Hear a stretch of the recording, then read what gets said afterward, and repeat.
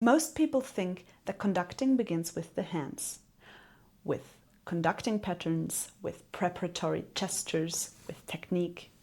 I believe that's one of the biggest misconceptions in choral conducting, because great conducting begins much earlier.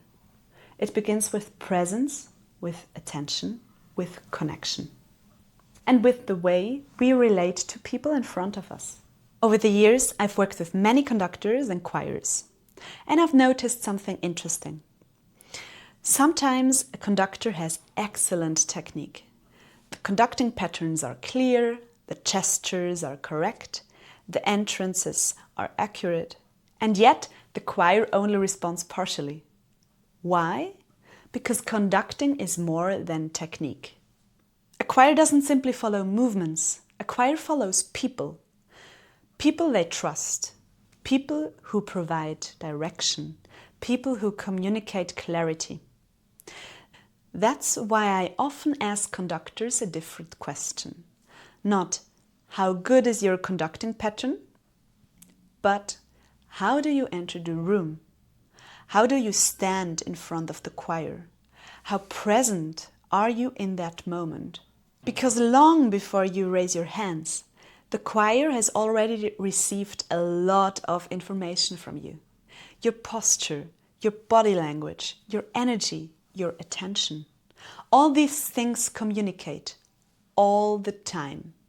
That's why I believe that conducting is at its core communication. Of course we need technique.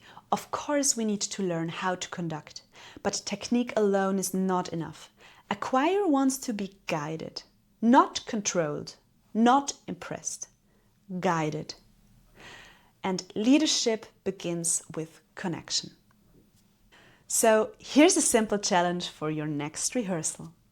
For a few moments, stop focusing on your hands. Instead, focus on your presence. How do you enter the room? How do you look at the choir? How do you listen? How much calmness do you bring into the rehearsal? Because the greatest improvements in conducting often don't come from better technique. They come from greater clarity, greater presence, greater connection. And that is where great conducting begins. If you want to read more about this topic, you can get my free guide about the 10 most common conducting mistakes and how to avoid them. The link is in the caption below. Thank you for watching this video, and I'll see you again soon at the Choral Conductor Lab.